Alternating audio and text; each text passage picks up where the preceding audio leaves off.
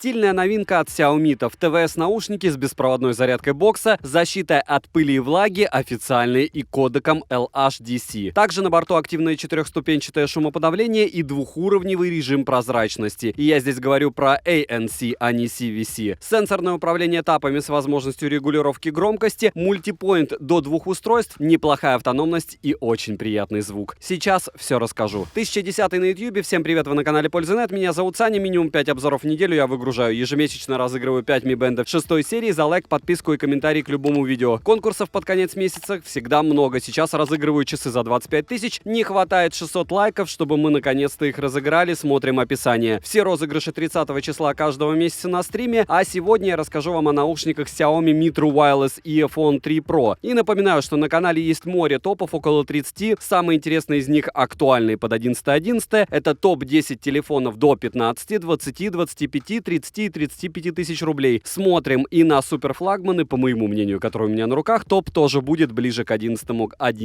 Полетели про наушники. Распаковка. Коробка пришла целая и не помятая ни в одном из углов. Картон плотный, зеленого цвета. Оформление крутое. Изображение наушников выпуклое и текстурное. Редко встретишь такую заморочку в оформлении. Молодцы и спасибо. С тыльной части вся информация на китайском языке. Это не глобалка. Внутри нас сразу же встречает зарядный кейс, внутри которого находятся наушники. Исходя из этого, можно сделать вывод, что, скорее всего, саморазряда у них нет. Но об этом чуть позже. Все остальные комплектующие уложены по отдельным коробкам, что создает приятное ощущение при распаковке. В комплекте, помимо наушников и зарядного бокса, идут краткое руководство, полностью, разумеется, на китайском. Напоминаю, что это китайская версия, хотя для наушников это не особо актуально. Зарядный кабель USB Type-C, 3 пары запасных амбушюр. И, кстати, о китайских версиях. Если брать китайскую версию беспроводных наушников Huawei FreeBuds 4, которые у меня были на обзоре, и глобалка, и китайская, у китайской версии есть беспроводная зарядка бокса, у глобалки нет. У китайской версии люфту крышки отсутствует, в глобалке даже у новых наушников люфту крышки есть. Это вам так, к размышлению, что нам в российский ритейл привозят, а вы говорите, в Китае покупаешь. Ну, логично, в Китае китайская. Ладно, амбушюра отличного качества, мягкие силиконы, у них сразу же защитная сеточка по умолчанию, что очень удобно. Сильного постороннего запаха в коробке нет, что тоже плюс, но легкий запашок, конечно, имеется. Летим дальше. В продаже цветов всего 3: черный, белый и зеленый. Я приобрел именно зеленый, необычный и благородный по мне цвет. Хотя я его не особо люблю, потому что 19 лет ходил в зеленой форме, которую я, мягко скажем, недолюбливал. Но это уже личное, лиричное, извините. К тому же наскучили однообразные белые и черные наушники. Для обложки, мне кажется, самое то зеленый. К слову, мне еще очень понравился этот цвет в сочетании с моим любимым OnePlus 9 Pro, у которого тоже не стоковый обыденный цвет. Зарядный кейс изготовлен из матового легкого пластика, форма овальная и относительно негабаритная. Состыковано все качественно, разъем для зарядки гладкий, но функциональная кнопка ощутимо выпирает. Возможно, так и задумано, а по мне это недостаток, скорее всего. В кармане не потеряется, тактильно очень приятный, не марки и царапины на ура не собирают. И к тому же на Али уже валом чехлов на данное устройство. Наверное, еще до появления наушников стали продавать. Из рук бокс выскальзывает только так, от чего также можно спастись силиконовым чехлом. Габариты составляют 65 на 49 на 24 мм, а весит кейс 38 граммов. На корпусе имеется светодиодный индикатор, разъем для зарядки USB Type-C, функциональная кнопка и логотип Xiaomi. Люфт у крышки в закрытом состоянии есть, но не критично, а в открытом положении напрочь отсутствует, что хорошо. Открыть рукой очень просто, даже одной. Крышка в открытом состоянии фиксируется достаточно хорошо. Внутри не стоит много ожидать, все более чем стандартно. На матовом фоне 2 вертикальных глянцевых места под наушники, в каждом из которых по 2 контакта для зарядки. Никакой маркировки, разумеется, нет. И это не есть хорошо, а скорее плохо. Наушники в боксе не гуляют совершенно, при тряске, как бы я ни старался, вытряхнуть у меня их не получилось, а вот хлопок при закрытии крышки громкий и не радующий. Полный цикл зарядки занимает бодрых 2 часа 35 минут, беспроводная зарядка на борту, наушники от кейса можно перезарядить 4 полных раза, саморазряд есть, но не критично. Переходим к наушникам. Изготовлены наушники из такого же качественного матового зеленого пластика. Дизайн очень напоминает наушники Xiaomi FreeBuds Pro, только не глянцевые и очень маркие. По весу они ощущаются очень легкими. Один наушник с амбушюрой весит 4,8 грамма, а габариты его составляют 35 на 18 на 18 мм. Ножка тонкая, 6 на 6 мм. Посадки в ухе комфортные и плотные. Наушники по весу едва ощущаются. При длительной носке уши слегка устают. Из рук выскальзывают так же стремительно, как и кейс. При занятии спортом из ушей не выпадают, но поправлять приходится. Звуковод небольших размеров, всего 3 мм. Защитная сетка металлическая, форма у звуковода прямоугольная и в размерах составляет 6,2 на 8,2 мм. На звуководе есть специальный выступ для надежной фиксации амбушюр. На корпусе каждого наушника расположены сенсорное панель управления тапами, по 2 контакта для зарядки и 3 микрофона. Из тапов есть управление вызовами, регулировка громкости, переключение треков, пауза, воспроизведение, управление шумоподавлением и режимом прозрачности, кстати, вызов голосового помощника. Тапы срабатывают хорошо, без косяков. Внутрянка. Двойные магниты с рубидия, железа и бора. С диафрагмой высокой твердости, DLC и 6-осевой гироскоп. Умное шумоподавление до 40 дБ, что прилично работает неплохо, средне перекрывает окружающие шумы. Режим прозрачности не оторви и выкини, но нереалистичный. Берет слишком много звуков на один уровень громкости. Не фонтан, ожидал лучшего. Заряд наушников в шторке устройства виден, по одному работают, переподключаются с задержкой, и шумоподавление в режиме работы по одному невозможно активировать. Автоматически подключаются после открытия бокса, мультипоинт есть, но до 2 устройств. Сенсоры приближения есть, но при снятии срабатывают с задержкой. Плюс бывает, что вообще не срабатывают, а вот включают музыку бесшовно. Анимация у меня есть на Xiaomi 11T. 11 Pro мне наконец-то выслали через 45 дней, а на 11T обзор будет завтра. На OnePlus 9 Pro анимации, к сожалению, нет. Китайской озвучки у наушников нет, только звуки переключения, которые схожи со старенькими Air 2 Pro. Полный цикл зарядки занимает 25 минут, за 10 минут набегает 15%. Но с этим делом странная история, так как первый раз я поставил их на быструю зарядку и на 10 минут набежало всего 5%, а второй раз на 50%. Отыгрывают свои 50% на 50% громкости по кодеку AAC за 3 часа 10 минут. Разряжаются полностью со 100% заряда на 50% громкости по кодеку AAC. Внимание! 7 часов 15 минут. Это прям очень круто. За 2 часа улетает 20% на 50% громкости по кодеку AAC, а за 5,5 часов улетает 60%. Наушники разряжаются неравномерно, левый медленнее, чем правый, хоть и при зарядке их уровень заряда выравнивается. Защита от пыли и брызг IP55, я искупал их в проточной воде, и пока что с ними ничего не произошло, живы. Если умрут, я обязательно об этом расскажу. Далее, для удобного использования можно устанавливать либо китайское приложение Mi AI, либо есть русское приложение Mi Buds M8. Доступно русское приложение только на Android, в приложениях функционал схожий, а именно есть информация о заряде наушников по отдельности и кейса тоже. Далее управление режимом прозрачности, и тут имеется 2 уровня: усиление голоса и прозрачность. У шумоподавления 4 режима: адаптивное, слабое, баланс и глубокое. На глубоком режиме ярко выражены шумы. Лично в моей версии, возможно, после прошивки новой будет исправлено. Далее настройка тапов: включить-выключить сенсоры приближения, что хорошо, включить-выключить мультипоинт, проверка прилегания к ушам и предупреждение об утере наушника. Обновить прошивку можно, но пока ничего не прилетало. Может быть, оно и хорошо, иногда после прошивки все становится хуже. Это же Xiaomi, к сожалению. К сожалению, хуже, а не к сожалению Xiaomi. Bluetooth версии 5.2, из кодеков есть AAC, SBC и LHDC. Некоторые пользователи пишут о том, что у них этого кодека нет. У меня на OnePlus 9 Pro его нет, а вот в сопряжении с Xiaomi 11T он есть. Вот такая магия электронов. Просто проверяйте наличие поддержки кодеков в своих устройствах. На данный момент LHDC 4.0 поддерживает Mi Mix 4 по заявлению производителя. Обзор на него вы, кстати, можете посмотреть по ссылке в правом верхнем углу экрана. Он у меня есть, и о нем я могу еще порассказывать. Но обзор-то уже был. Остальные устройства на Snapdragon 3 восьмерках, 870 и 865 также получат обновление с поддержкой данного кодека, но позже. Через 2 стены не отваливались, фризов достаточно, к сожалению. Задержки в YouTube минимальны, в играх задержки заметные. Поиграть комфортно в них на данный момент не получится. Уверен, что с прошивкой все исправит. Но я сейчас делаю обзор. Рассказываю о том, как сейчас. Примеры вы сейчас увидите на экране.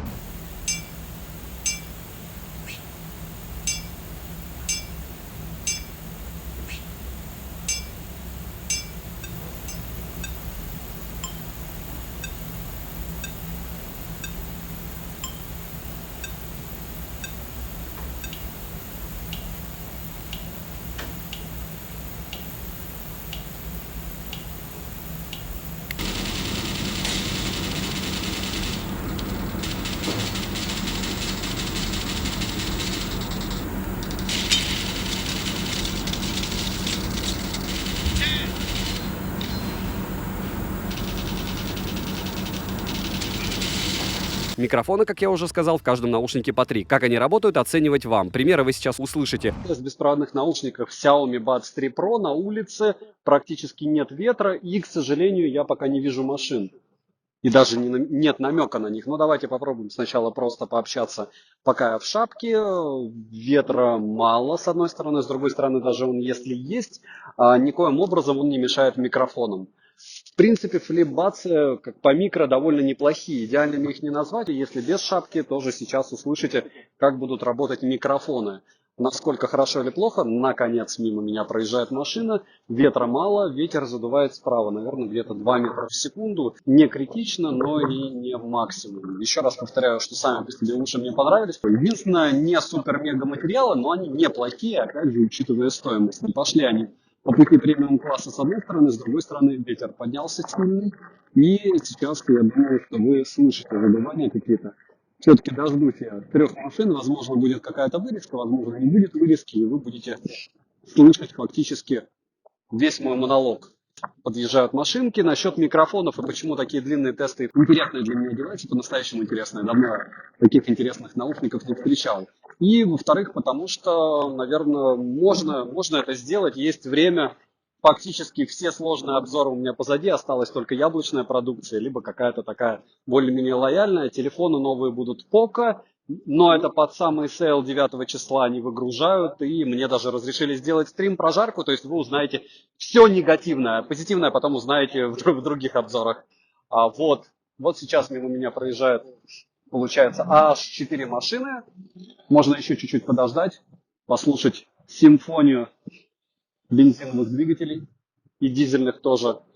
Все довольно тихо, все довольно лояльно. Ветер не дикий, но оценить, насколько вы хорошо сможете общаться, мне кажется, проще простого. Звучание. Максимальная громкость здесь лютая, притом на максималках каши нет. И если вы хотите испортить слух, конечно, слушайте на сотке. Я бы максимум советовал на процентах 70, потому что мозг, конечно, в кашу превратится. Это не хорошо, не плохо, но для многих людей, которые уже перенасытились затычками и которым мало звука, здесь громкости звука однозначно хватит. Звук в целом приятный, но глубины мало. Сцена узкая. Высокие частоты не дотягивают до слова «хорошо», но дотягивают до слова неплохо. Вокал слегка сглаженный, басы глухие, но многим это понравится, потому что, несмотря на то, что они глухие, они все равно низкоуровневые. Скажем так, темненькое звучание, хотя для беспроводных наушников такие определения, такое себе. Все частоты вязкие, не хватает, если честно, реалистичности звуку. При прослушивании появляется ощущение, что наушники слегка накрыты одеялом. Для того, чтобы слушать нормально, обязательно отключать и активное шумоподавление, и прозрачность, потому что с активным шумодавом они, конечно, играют отвратно. Из минусов: несовершенное шумоподавление и режим прозрачности, нет игрового режима, задержка в играх на данный момент, некорректно работают сенсоры приближения, пока, саморазряд, разряжаются наушники неравномерно, пластик скользкий, и во время длительной носки уши начинают уставать от наушников. Стоят они в районе $96, притом это в основном на распродажах, примерно так я и покупал. Ссылка в описании к видео, если увидели цену страшную, то обязательно идите в мой телеграм-канал по ссылке в прикрепленном комментарии, там уже есть рабочие промокоды, они уже действуют будут до 13 ноября. То есть не важно, где бы вы какой товар не нашли на Алишке, они будут действовать на все. Так что вперед, используем промики, покупаем так, как выгодно. А если пока морально не готовы, обязательно закидывайте все, что выбрали, в корзиночку. Купоны собрали и дальше ждете распродажи. Если на распродаже что-то ёкнет, купите. Если нет, удалите. Резюмирую, наушники однозначно пока оверпрайс, ждем прошивки. Дизайн, конечно, красивый, наушники комфортные, звучание относительно приятное, но далеко не топ. Есть кодек LHDC, но не скажу, что на данный момент играет он намного лучше, чем AAC, но реалистичности добавляет однозначно. Возможно, с прошивками допилят все косяки, я в этом даже уверен, но на момент выхода ролика дела обстоят именно так. Девайсу за бренд и дизайн да, подписывайтесь с колоколом, пишите в комментариях, на что еще сделать обзор, обязательно участвуйте в розыгрышах Mi Band'ов и часов, потому что на часы обычно мало кто приходит. Если будет нормальный розыгрыш и наберем лайки, буду потом телефончики разыгрывать для веселья, но по чуть-чуть. Добра и удачи вам, дорогие друзья!